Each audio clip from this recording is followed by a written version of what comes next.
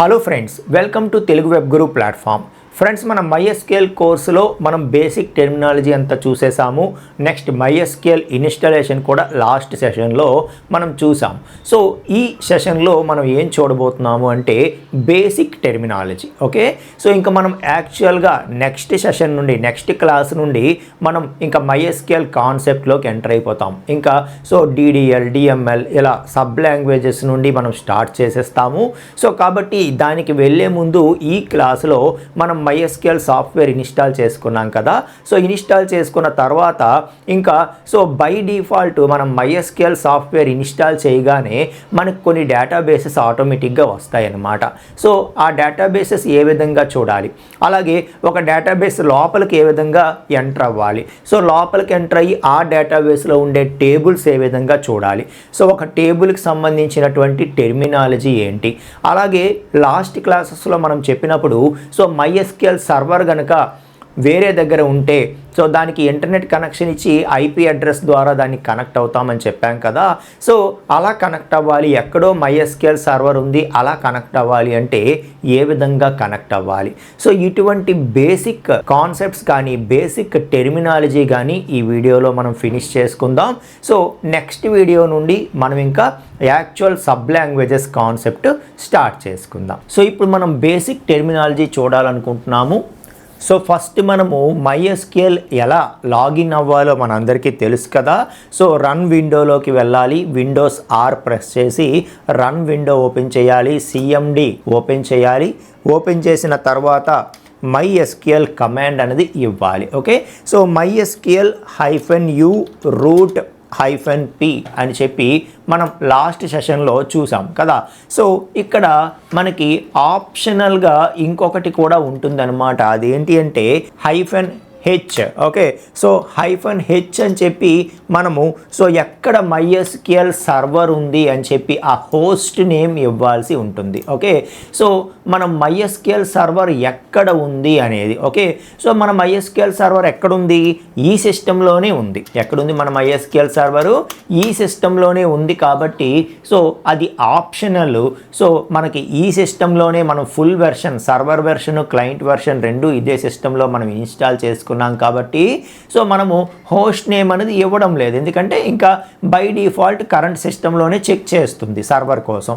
Okay, so ఎలాగూ server అనేది ఇదే సిస్టంలో ఉంది కాబట్టి మనకి ఇబ్బంది అనేది లేదనమాట. ఓకే, సో కాబట్టి మనకి వర్క్ అయిపోయింది. సో మనం ఎలా ఇచ్చినా మనం పాస్వర్డ్ ఇవ్వగానే మనకి యాక్సెప్ట్ అయిపోతుంది. ఓకే, సో ఇప్పుడు చూడండి, నేను ఎగ్జిట్ అయిపోతాను. సో ఎగ్జిట్ అయిపోయి మళ్ళీ బయటకు వచ్చేస్తాను. ఓకే, సో ఎగ్జిట్ అనగానే మనకి MySQL నుండి బయటకు వచ్చేస్తాం, బాయ్ చెప్పేసింది. సో ఇప్పుడు ఒకసారి క్లియర్ స్క్రీన్ చేసేసి మరొకసారి కమాండ్ ఇస్తున్నప్పుడు ఈసారి నేను ఏం చేస్తానంటే హోస్ట్ నేమ్ ఆప్షనల్ కదా, అది కూడా ఇస్తాను. Okay, so -h local host అని చెప్పి. Okay, so -h local host అని చెప్పి ఇచ్చినా కూడా మనకి పాస్వర్డ్ అడుగుతుంది. సో మన పాస్వర్డ్ ఏదో పాస్వర్డ్ ఎంటర్ చేస్తే మనం లోపలికి లాగిన్ అయిపోతాం. అర్థమవుతుందా? సో ఇలాగా మనం -h లోకల్ హోస్ట్ ఏదైతే ఉందో ఆ లోకల్ హోస్ట్ అనేది ఇవ్వచ్చు, ఇవ్వకపోవచ్చు. ఎప్పుడు అంటే ఈ సిస్టంలోనే సర్వర్ అనేది ఉంటే. ఓకే, సో అప్పుడు మనం ఇంకా -h లోకల్ హోస్ట్ అనేది ఇవ్వక్కర్లేదు. ఇలా కాకుండా ఇప్పుడు ఫర్ ఎగ్జాంపుల్ మనం లాస్ట్ క్లాసెస్లో చూసినట్టుగా మన సర్వర్ అనేది వేరే ఎక్కడో ఉందనుకోండి. ఓకే, సో వేరే ఎక్కడో ఉంది, ఇప్పుడు మన దగ్గర లేదు, ఎక్కడో సో వేరే దగ్గర ఉంది. సో ఏ USA-లోనో లేకపోతే UK-లోనో లేకపోతే ఇండియాలో వేరే ప్లేస్లోనో మొత్తానికి సర్వర్ అనేది ఎక్కడో సెటప్ చేసి ఉంది. ఓకే, సో ఇప్పుడు దాన్ని ఎలా కనెక్ట్ అవ్వాలి, లేకపోతే AWSలో మనము సో మన సర్వర్ని సెటప్ చేసాము, దాన్ని ఎలా కనెక్ట్ అవ్వాలి అంటే సో ఎప్పుడైతే మనము సర్వర్ని డిఫరెంట్గా వేరే దగ్గర సెటప్ చేస్తామో ఆటోమేటిక్గా దానికంటూ ఒక IP అడ్రస్ ఉంటుంది కదా.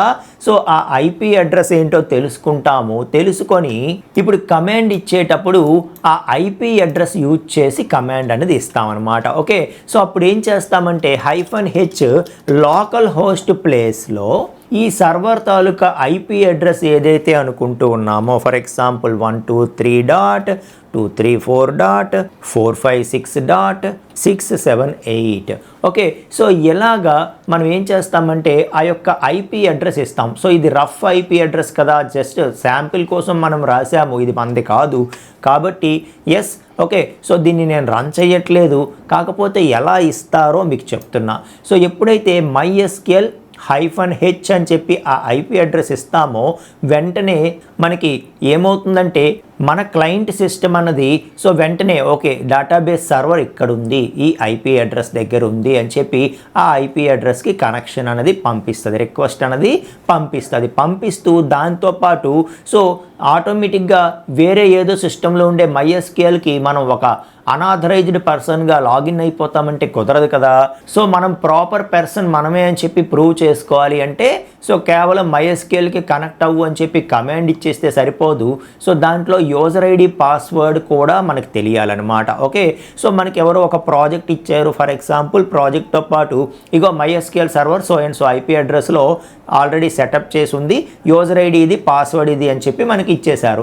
అప్పుడు మనం ఏం చేయాలి, సో యూజర్ ఐడి పాస్వర్డ్తో పాటు మనం ఆ హోస్ట్ నేమ్ కూడా ఇస్తే అప్పుడు ఆ సిస్టంలో ఉండేటటువంటి రూట్ యూజర్కి లాగిన్ అవ్వబోతున్నాము అని చెప్పి చెప్తుంది.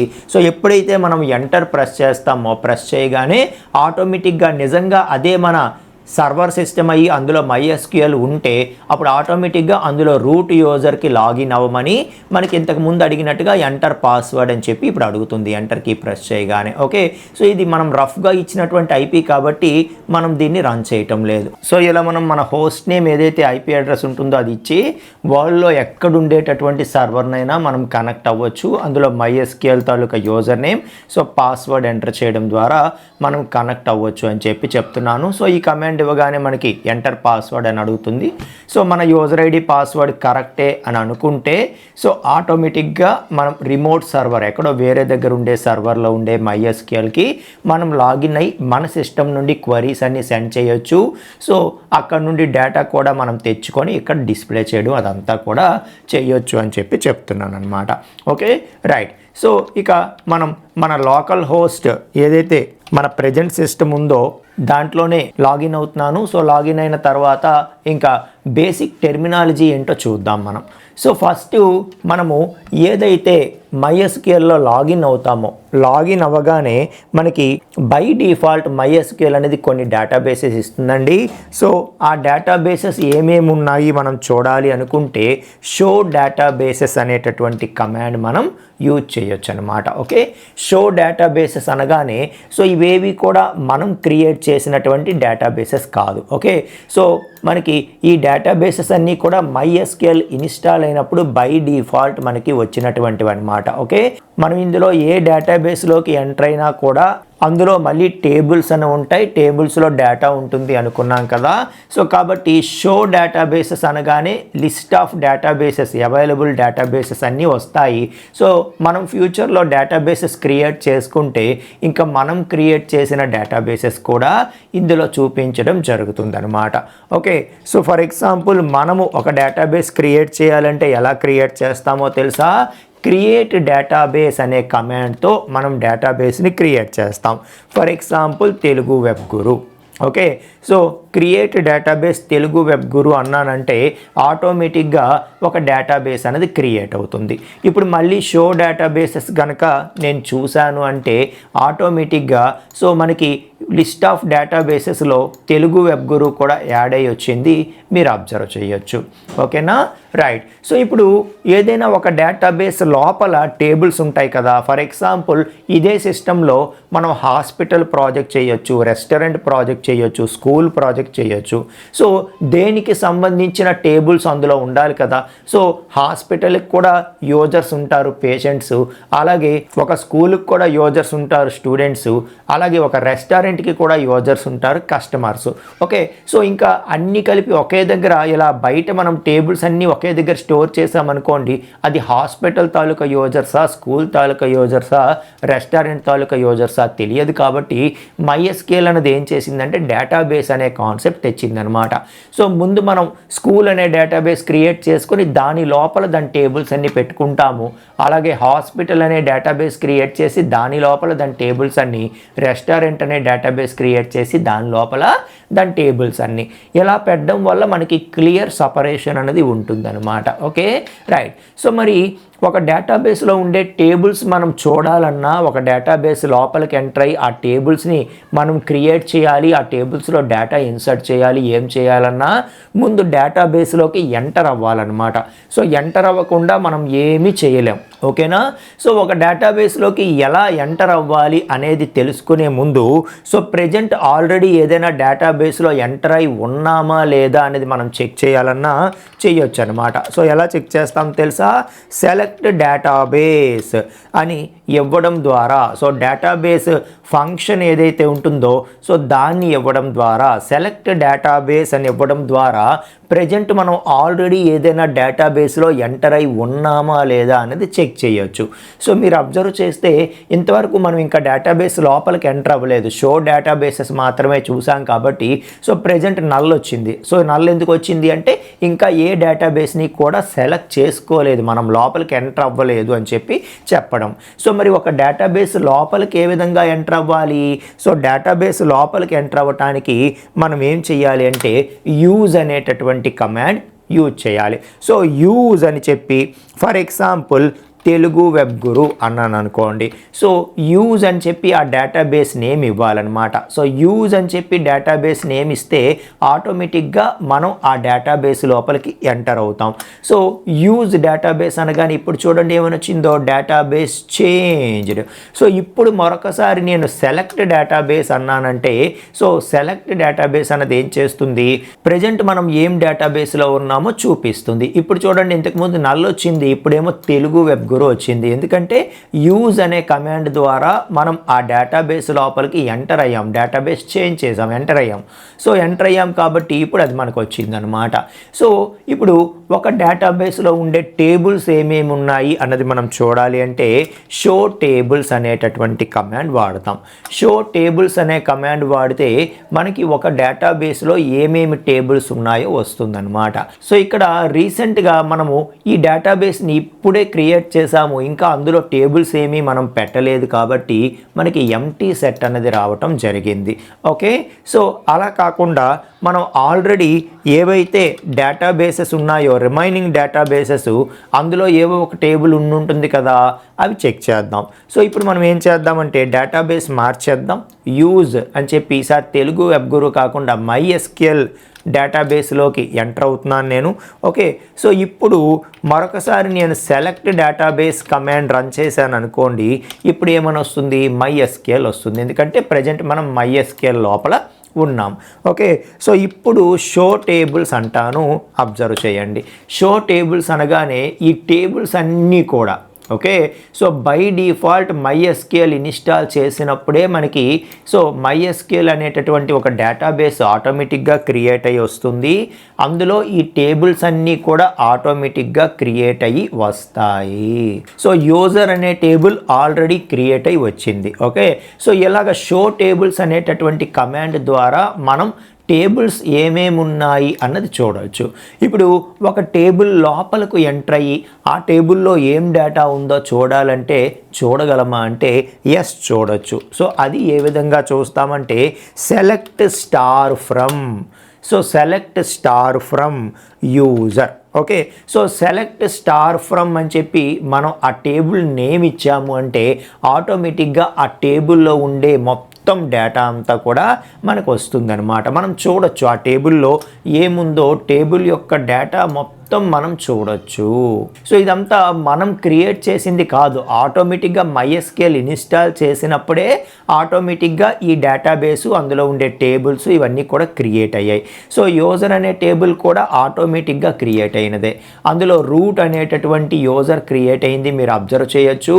అలాగే పాస్వర్డ్ ఒక్కసారి ఎలా స్టోర్ అయిందో మీరు అబ్జర్వ్ చేయండి. ఓకే, సో నేను పాస్వర్డ్ ఏమని స్టోర్ చేశాను ఇచ్చినప్పుడు TWZ12345 అని ఇచ్చాను.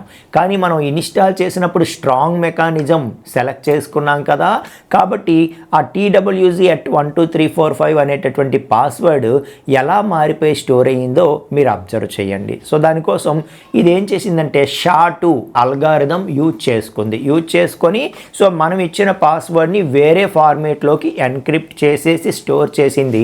ఇప్పుడు ఈ డేటాబేస్ ఎవరైనా హ్యాక్ చేసినా కూడా సో ఈ పాస్వర్డ్ చూడగానే ఇది TWZ12345 అని చెప్పి ఎవరు గెస్ చేయలేరు, ఇంకా దీనితో ఏమీ చేయలేరు అనమాట. అర్థమవుతుందా? అంత సెక్యూర్డ్గా ఉంటుందన్నమాట. సరే, మొత్తానికి ఒక టేబుల్లో ఉండే డేటాని ఏ విధంగా చూస్తాము, సెలెక్ట్ స్టార్ ఫ్రమ్ అని చెప్పి ఆ టేబుల్ నేమ్ ఇస్తే సో ఆ టేబుల్లో ఉండే డేటా చూడొచ్చు.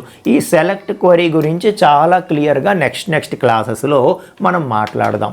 సో ఈ రోజు వరకు మనం చూస్తున్నటువంటి కమాండ్స్ ఏంటి అంటే బేసిక్ కమాండ్స్ అన్నీ కూడా చూస్తున్నాం మనం. ఫస్ట్ ఉన్న డేటాబేసెస్ చూడాలి అనుకుంటే షో డేటాబేసెస్ అనేటటువంటి కమాండ్ యూజ్ చేసాము. అలాగే సో ఒక డేటాబేస్లోకి ఎంటర్ అవ్వాలి అంటే యూజ్ అని చెప్పి ఆ డేటాబేస్ నేమ్ ఇస్తే మనకి సో డేటాబేస్లోకి ఎంటర్ అవుతాము. అలాగే ప్రజెంట్ ఏ డేటాబేస్లో ఉన్నామో చూడాలి అనుకుంటే సెలెక్ట్ డేటాబేస్ అనే కమాండ్ ఇస్తే సో ప్రజెంట్ ఏ డేటాబేస్లో ఉన్నాము అనేది చూడగలుగుతాము. ఓకే, సో యూజ్ డేటాబేస్ అన్న తర్వాత ఒక డేటాబేస్లోకి ఎంటర్ అయిన తర్వాత అందులో టేబుల్స్ ఏమేమి ఉన్నాయి చూడాలనుకుంటే షో టేబుల్స్ అనే కమాండ్ ఇస్తే సో షో టేబుల్స్ అన్నీ చూడగలుగుతాము. సో ఇలా రకరకాల క్వరీస్ అన్నీ యూజ్ చేస్తూ మనకి కావలసినటువంటి యాక్షన్స్ని పెర్ఫామ్ చేసుకోగలుగుతాం. అలాగే ఒక టేబుల్లో ఏం డేటా ఉంది చూడాలనుకుంటే select star from okay select star from అని చెప్పి సో ఆ టేబుల్ నేమ్ ఇచ్చి టేబుల్లో ఉండే డేటా అంతా కూడా మనం చూడగలుగుతాము అని చెప్పి చెప్తున్నా. ఆ టేబుల్ నేమ్ అన్నది ఇక్కడ ఇస్తామన్నమాట. ఓకే, అలాగే మరొకసారి షో డేటాబేసెస్ చూస్తున్నాను. ఈసారి సిస్ అనే డేటాబేస్ ఏదైతే ఉందో అందులో ఎంటర్ అవుతున్నాను. సో సిస్ డేటాబేస్లో టేబుల్స్ ఏమేమి ఉన్నాయి అన్నది చూస్తే సో ఇందులో కూడా మనకి చాలా టేబుల్స్ అన్నవి ఆల్రెడీ క్రియేట్ అయి ఉన్నాయి.